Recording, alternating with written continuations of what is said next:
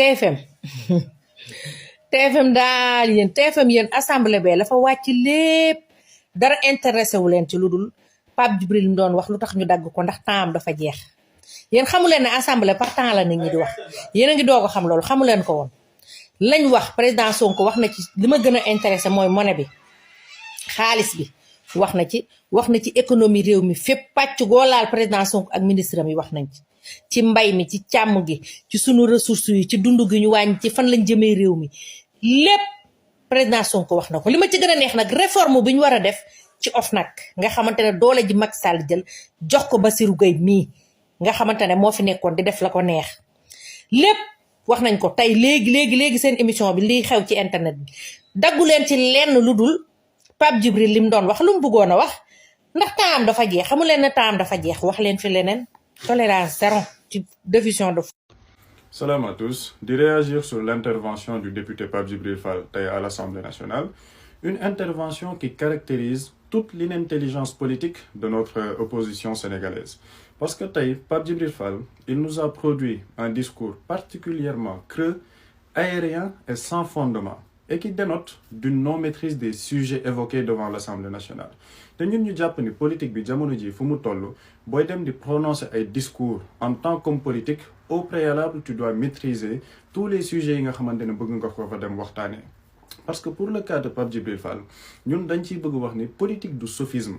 la politique ce n'est pas ñëw maanaam di prononcer ay discours à l'allure sophistiquée te bu ñu xoolee ci biir discours bi c'est complètement vide de sens et il ne s'agit pas aussi par l'utilisation de 2-3 mots savants di jéem a cacher son impertinence ou son ignorance te ñun liñ ci jàpp moom pour son cas mooy il est encore jeune ci landerneau politique sénégalais bi te moom warul nangu de se laisser emmener par cette vieille classe politique bi nga xamante ni ñoom lépp ci lan la débat de personne débat propagande wala débat yoo xamante ne amalul njëriñ peuple sénégalais bi lui il a la chance d'appartenir à cette génération jeune bi nga xamante ni ñoom ñoo nekk di lancer une révolution systémique dans ce pays ñuy xaar donc ci suñu homme politique yu bees yi ñu nekk dans le débat d'idées dans le débat programmatique moom mu war a mën a am chance peut-être représenter cette opposition républicaine bi nga xamante ni day ñëw ci une opposition de proposition une opposition de contribution boo xamante ne sénégalais yi dañ ciy gis seen bopp mais par contre bu fekkee ne stratégie politique bi nga xamante ni moom la jël nii depuis certaines années ci lay continuer c'est une stratégie qui est vouée à l'échec te loolu gis nañ ko ci élection yii ni ñu génn résultat yi ñu ci am ba pare aussi gis nañ ko ci capital sympathie bi nga xamante ni perdre na ko ci sénégalais yi surtout ci jeunesse bi parce que moom ba muy commencé xëy na jeunes yi ñu ngi ko doon déglu mais à travers trajectoire bi nga xamante ni nii jël na ko mais aussi et surtout par l'impertinence de ses discours qui sont plus beaux que pertinent parce que bu ñu xoolee ba ci biir ce sont des discours complètement vides de sens moom doo xam sax lan la bu ci bëgg a wax et man je me demande même est-ce qu'il comprend ce qu'il veut dire à travers ses discours parce qu'aujourd'hui il a sauté du coq à l'âne bëgg dugg ci sujet yu bëri loolu bu ci nekkee di ci continuer jeunesse bi réaction bi ñu am ak moom ci élection présidentielle yi ci la ñuy continuer di am ak moom et ce serait complètement dommage pour un jeune homme politique comme lui di dugg ci kamb boobu nga xamante ni jàpp nañ ni vieille classe politique bi ñoo ci nekk et moom il peut aujourd'hui représenter quelque chose ci li ñu jàpp par rapport à contribution d'idée bi ñu bëgg suñu Sénégal mu mën ci am loo xamante ne dina ci bay waaram donc analyse bu ndaw boobu lañ ci doon def di leen jox dig daje ci yeneen vidéo ñuy def incha allah. damay laajte kontaan premier ministre tey dama kontaan sama premier ministre bi tey dama cee kontaan ci sama premier ministre bi kontaan danga may ma kër bi laay am nañu jàmbaar Sonko mii Sonko tey jii moom bu ci kontaan nga amoo xol man de tey dama kontaan sama premier ministre bi kontaan naa ci bu baax a baax sama xol bi dafa sedd bi sama xol bi comme galaas tey Sonko rek. salaamaaleykum Pro tey li nga wax dama cee kontaan macha allah mais jàppal na ñun dañ laa bëgg ñun amuñu ci yow sago ñun patriote yi amuñu ci yow sago ba tax na ñii di saaga ñii di wax ci plateau yi suñu xol yi day metti naam duñ ci mën dara mais daf ñuy metti kon il est temps ngeen faj ko ndax ñun dañ laa bëgg gëm la sopp la wóolu da ndax sa bëggum réew mi ndax yow sacrifié nga lépp ndax bëgg Sénégal moo tax Pro ñun dañ la bëgg tey li nga taxaw wax ñun ñëpp kontaan nañ ci waaye nag saagakat yi tëj leen seen gémmiñ ñi ngeen noppi dañ leen di sacrifice de xaw ma sacrifice la ñuy wax xam leen sacrifice yi ba ngeen noppi saagakat yi ñun fawuñu de amuñu sago ci poro ñun dañoo bëgg a poro Seydina Ousmane Sonko dañ kaa bëgg kafuñu ci fawuñu ci réewuñu ci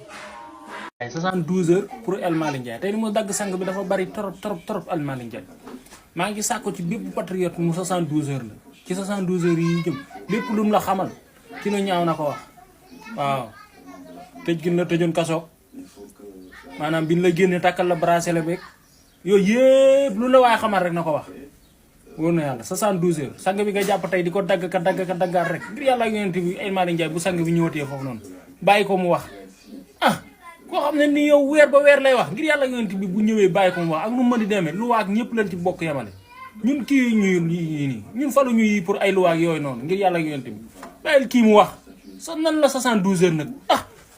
gars yi may leen ma président Ousmane Sonko ay kër yu baree gars yi xool leen vidéo bii ma leen di waaj a tegal après ma ñëwaat ak yéen ngeen déglu bu baax kàddu yi son excellence président Ousmane Sonko wax Sonko jërëjëfati nee naa la li la naqar nii ñun patriotes yi rek mën nañ koo faj ci ay secondes barke warabul kaaba nañu xool vidéo bi mu ñëwaat ak yéen. Moi je vais vous dire une chose ba fi mu toll nii je ne me suis jamais intéressé à ces questions lu xew ci réew mi ñu ne Sonko la je n'ai jamais fait arrêter quelqu'un le ministre de la justice est là je n'ai jamais dégg naa même ñi ñu jàpp ci affaire dossier xaalis ak nangam ñu ne Sonko la c'est pas moi damay xëy di gisandoo ci presse bi ñëpp ñu jàpp nañ diw mais sur ces questions là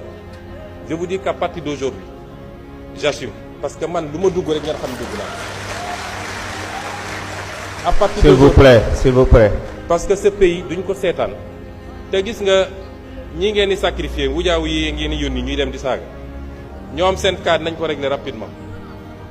mu des nag xanaa yéen opposants yi konkal opposants yi nekk seen kër yor seen i milliards di joxe di fay ay loyer pour nit ñi saagal leen xanaa dañu génn ñeme léegi bis bu ñu effacer ñëw ñëpp ils prendront leur courage pour sortir et on les attend parce que nag yéen a ngi woo ci terrain bu ñu xam ñun terrain bu ñu mën ñoo leen ciy xaar. salaamaaleykum waaw ma ñëw ci journaliste yi fii laa leen di tegal mango baxal mi ngeen xam ne yéen journaliste yi laa ak patron de presse yi yéen liberté de permission dina tax yéen lu leen neex wax lu leen neex def jàpp Ousmane Sonko lu leen neex wax bindal ko lu leen neex saaga ko politique da koo jar léegi nag jeex na fi mu nekk nii vous assumez leen parce que président Ousmane Sonko assumé na te ñun ñuy ànd ak moom assumé nañ dinañ téegal seen ndey benn par benn subaab jàmm nag na ngeen jàpp kàddu Ousmane Sonko yi di ko juutal ni asetu juutal faat loolu rek lay xaar naa leen jàpp benn par téegal seen ndey doomu saram nday mi fii léegi ku fi toogati di coronateur nga toog wax li nga warta wax après dinañ ñaf sa ndey képp ku toogati ci télé jàll baat Ousmane Sonko dinañ ñaf sa ndey coalition ñaf sa ndey taxaw na te maa ko jiite man mii maa ko jiite ñu ngi leen di xaar nag ñu ngi leen di xaar duulkat yeeg fenkat te yow buggaan nga ñibbis parce que duulkat nga sikk boobu yaa ko moom ba pare receleur nga ñu ngi lay woo da nga am ko sàcc ba pare ñëw jaayal receleur nga daw li nga def lépp xam nañ ko ndekete yëpp li xew ci sa télé boobu rek yaa koy def say journaliste duulal nañ la lii rek laa amoon li ma wax ñu ngi leen di xaar nag ba ngeen génn rek ku fi génnati wax dara Ousmane Sonko xam nga li la ciy fekk dañuy ñaf sa ndey ñun patriote jóg nañ ñu ngi toll fi nekk ci dénoncé patriote jóg leen dénoncé joxe leen numéro yi koj leen woo police ñu ñëw jàpp seen ndey benn par benn pareegu leen sax salaamaaleykum waa ma ne maa ngi jéggalu ci vidéo yu bari da damaa nekk ci liggéey fi mu nekk nii réew mi day commencé neex moo tax ma bëgg a ñëw waaye yow Pape Djibril Fall yow dëgëroo bopp yow yaa ngi wax premier ministre El Malick nee na la noppi nga konti de wax dangaa mën a tuul ba muy dem di tëj sa naan la tëjal ma micro ba nga yelam ak sa kanam gu xomaat gi doomu saram nday bi li ngay mën a duul man xaw ma kan moo yer Pape Djibril Fall xam naa ne da war nañoo woote loi boo xam ne képp ku fi yoreti ko mën a duul ñu jël la nokk la ci kaso bi parce que Pape Djibril Fall mën nga duul yow sa tuuti nit yi la voté nañ la fi teg pour nga waxal leen seen i jafe-jafe nga ñëw jéggi frontière dem ba ca gendarme ak borom tënee naan da nga leen di défendre mel ni problème dafa am fii kuñ fi fal koo xam ne laa la wax bu dajeeg yow laaj la carte d'identité sa carte d'identité nga jox ko pare mu naan la noo tudd est-ce que loolu dëgg la est-ce que loolu war nañoo nekk ci yooyu yëpp Macky Sall moom moo ko fi créé jël ay doomi raam dugal leen ci ñu dàq seen ndey ba pare nga toog naan yow yaa leen di kaasa looloo tax ñu tegoon la fi Pape Djibril Fall mën ngaa duude en tout cas loi bi moom war naa woote loolu mën laa woote loolu El Malick buy waxati yéen waa appel noppi la yaa ngi ni humilier sa bopp waaye El Malick tamit mën na nappe de Elmane dama la bëgg yow mën nga ma tëdd nappe de abonné leen nag ngir yàlla abonné leen nag deen abonné sama compte bi nag wax dëgg yàlla di reeta kenn du abonné yéen taa gis ko commenté ba pare sax reetaan waaye te du abonné di jàpp ci nag gars yi ci question d'actualité yi nga xamante ni gouvernement bi doon na ko amal jàkkaarloo ak ñi nga xam ne ñooy député yi di fàttali ni kulunaa yi député kulunaa yi dañoo daw bokk na ci li fa premier ministre wax lii nii ñu déglu. est-ce que xam nga ban article moo ko wax ci constitution bi ak lan la wax je suis sûr que xamoo ko liroo ko l'article 10 de la constitution dafa ne chacun a le droit d'exprimer et de diffuser librement ses opinions par la parole la plume l'image la marche pacifique pourvu que l'exercice de ces droits ne porte atteinte ni à l'honneur, ni à la considération d'autrui, ni à l'ordre public. Ni à l'honneur. Parce que ce qui se passe actuellement, cette opposition-là, nga xam ne ñemewuñu parce que xamante nañu ñoom ñooy dem jël ay xale yoo xam ne koo ci laaj mu ne la aw ma certificat yónni leen ci télé ne leen dem leen saaga ji pour attenter à l'honneur des gens. Pour attenter à la dignité des gens, à la considération d'autrui et à l'ordre public. Et vous croyez que ça n'est pas au nom de la liberté? Moi, je vais vous dire une chose. Je ne me suis jamais intéressé à ces questions. Je n'ai jamais fait arrêter quelqu'un. Le ministre de la Justice est là. Je n'ai jamais dégg même ñi ñu jàpp ci affaire dossier xaalis ak nangam ñu ne Sonko la. C'est pas moi. Damay xey di gisandoo ci presse bi ñëpp ni jàpp nañ diw. Mais sur ces questions-là, je vous dis qu'à partir d'aujourd'hui, j'assume. Parce que man, lu ma dugg rek ngeen xam dugg naa. À partir s'il vous plaît. Parce que ce pays duñ ko seetaan. Te gis nga ñi ngeen di sacrifier wujaaw yi ngeen di yónni ñuy dem di saaga. Ñoom seen cas nañ ko régler rapidement. Mu des nag xanaa yéen opposants yi. Ponkal opposants yi nekk seen kër yor seeni milliards di joxe di fay ay loyer pour nit ñi saagal leen xanaa dañu génn ñeme léegi bis bu ñu effacer ñoo ñëpp ils prendront leur courage pour sortir et on les attend parce que nag yéen a ngi woo ci terrain bu ñu xam ñun terrain bu ñu mën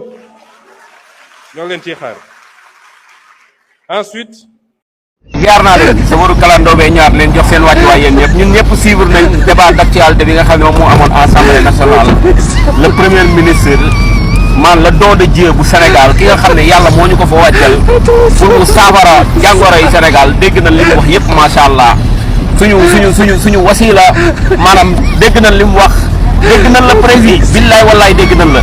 ñi nga xam ne dañ doon yóbbante galgal na ngeen xam ne yóbbante galgal ubul làmb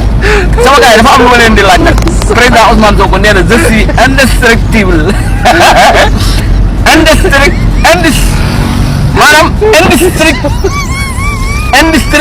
indestructible ah noonu la de ah indestructible loolu mooy lan ci olof non président Ousmane Sonko moom baax man sama koy déglu sama xol bi day sedd tey sama xol bi daa sedd moo bi toll nii man daal fi toll nii même man mii sax je suis indestructible soo gars yi lan mooy je suis indestructible ci olof dama leen ko ci commentaire yi waaye dimbali leen ma rek ngir yàlla ndax damaa bëgg di ko wax fu ma toll je suis indestructible